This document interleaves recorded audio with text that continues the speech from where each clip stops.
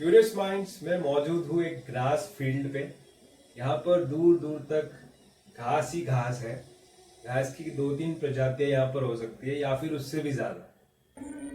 Monocots इतने ज़्यादा attractive या फिर चार्मिंग नहीं है। जहाँ पर हम कॉन्जर्वेशन की बात आती है तो हम ट्री स्पीसीज को बचाना है, प्लांट श्रब को बचाना है। ग्रास की कॉन्जर्वेशन, नेटिव ग्रास की कॉन्जर्वेशन वो हमारी लिस्ट में आखिर में आती है। इसके पीछे क्या वजह है वो तो मैं नहीं जानता, लेकिन घास जो है, नेटिव ग्रास खास तौर पर बहुत ज़्यादा इम्पोर्टेंट होता है, इकोलॉजिकली भी और इकोनॉमिकली।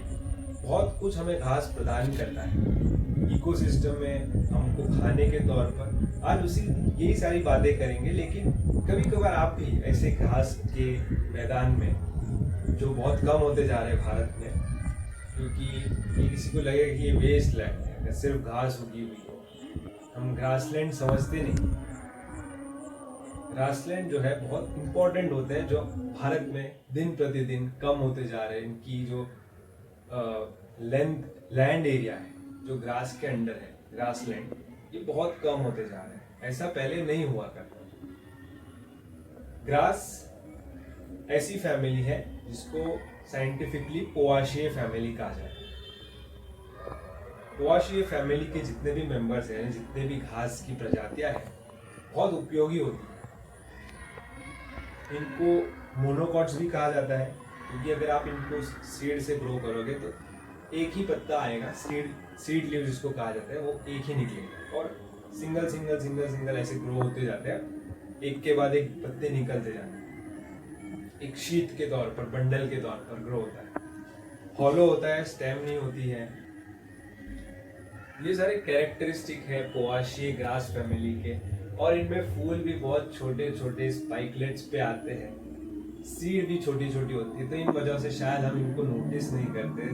जहाँ पर हम पेड़ पौधों के फूलों को, बीजों को देख पाते हैं, नोटिस कर पाते हैं। इनकी संख्या भी अधिक होती है, इनके फूलों की, इनकी बीज की। Native grassland, natural vast expense of grass, ये बड़ा इंपॉर्टेंट होता है। हम अगर एक ओपन लैंड में घास को देखें आज, एवरेज आदमी, तो उनको लग सकता है कि ये वेस्ट लैंड है, यहाँ पर कुछ लगाना चाहिए, यहाँ पर कुछ होना चाहिए, और ये सही भी है। लेकिन जो नेचुरल ग्रासलैंड हुआ करते थे वो ऐसे ही इवॉल्व हुए, यानी बने हैं कि सिर्फ घास ही घास ग्रो हो।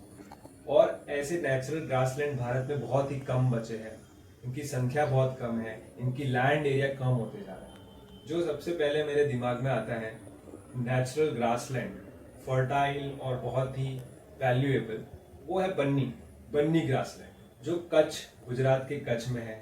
हुआ करता था, बहुत उसकी ग्रेटनेस हुआ करती थी।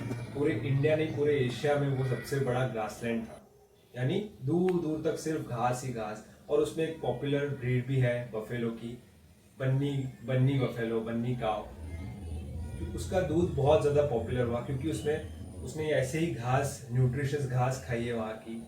बहुत बायोडाइवर्स प्लेस हुआ करती थी बन्नी ग्रास में, आप सर्च कीजिए कभी। और फिर आज अगर हम देखें उसकी स्थिति तो बहुत ज़्यादा खराब है, बहुत डिग्रेड हो चुका है बन्नी ग्रासलैंड, बहुत कॉम्प्रोमाइज हो चुका है, वल्नरेबल है, क्योंकि इन्वेजन हुआ है। एक तो एंक्रोचमेंट, ह्यूमन एंक्रोचमेंट, और दूसरा वहाँ पर विदेशी एक पौधा है जिसको प्रोसोपिस जूलीफ्लोरा यानी बिलायती कीकर कहते हैं, उसने आक्रमण किया है। हर जगह बस वही है अब है। नेटिव ग्रास की जो स्पीसीज है उनकी संख्या बहुत कम हो गई। एक ये उदाहरण है। बाकी नेचुरल ग्रासलैंड आज हमारे जो हिमालय के पर्वत है उसकी गोद में, यानी बेस पे मौजूद है।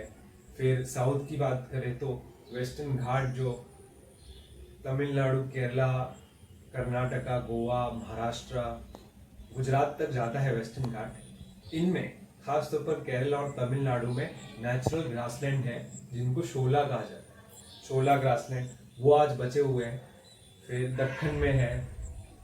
फिर पॉपुलर है सुंदरबन के ग्रासलैंड। हम जानते हैं जब भी हम डिस्कवरी पे या फिर नेट जियो पे देखते हैं बाघों को, तो बड़े बड़े घास में से वो उनका मुंह बाहर आता है। ये सुंदरबन के बेसिन में, डेल्टा में मौजूद ग्रास है जो बहुत बड़ी भी होती है। बाकी इसके अलावा भारत के वेस्ट में अरावली माउंटेन रेंजेस में भी कुछ नेटिव ग्रासलैंड बचे हुए हैं, बस इतना ही है। और इक्का दुक्का मध्य प्रदेश में काफ़ी है ग्रासलैंड। तो ऐसे ग्रासलैंड्स का प्रोटेक्शन बहुत आवश्यक है, कंजर्वेशन बहुत ज़रूरी होता है, क्योंकि बायोडाइवर्स रिच जोन होते हैं ग्रासलैंड। बाकी इसके अलावा तो हम जानते हैं ग्रास हमारे लिए, हमारी रोज़मर्रा की ज़िंदगी में कितने यूज़फुल है, हम इनको रोज़ खाते हैं, क्योंकि एग्रीकल्चरल क्रॉप भी होते हैं ग्रास। जैसे अगर आप चावल भी लेते हैं, गेहूँ, मक्का, ये हम रोज़ खाते हैं, स्टेपल है। तो ये भी सब ग्रास फैमिली ही है। ओट्स हो या फिर बाजरा, जितने भी मिलेट्स हैं, बाजरा हो या फिर रागी, नाचनी, कांगनी, जो बहुत ज़्यादा न्यूट्रिशियस होते हैं, ये सब भी ग्रास फैमिली है। इसके अलावा गुड़ जो शुगर केन से बनता है, वो भी ग्रास है। एक पॉपुलर होता जा रहा बहुत ही सस्टेनेबल क्रॉप है जिसको बाम्बू कहते हैं। बाम्बू ये तो बहुत ही होते हैं ना, बहुत ज़्यादा एक वरदान के रूप में है, क्योंकि ये फास्ट ग्रोइंग है, बहुत सारे यूजेस है। सस्टेनेबिलिटी को बढ़ावा देने के लिए बाम्बू बहुत ज़्यादा उपयोगी है, वो भी एक ग्रास है। तो ऐसा है। इकोलॉजिकल सक्सेशन यानी बैरन लैंड पर सबसे पहले घास ही ग्रो करती है, तो एक इम्पॉर्टेंट इस वजह से भी है। फॉर एग्जाम्पल अगर मैं यहाँ पर एक क्लब भी उठाऊंगा तो उसमें मुझे चींटियाँ भरपूर मिलेंगी, उनका नेस्ट मिलेगा। आपके लैंड में ग्रास है तो मत काटिए और नेटिव स्पीसीज को लगाइए।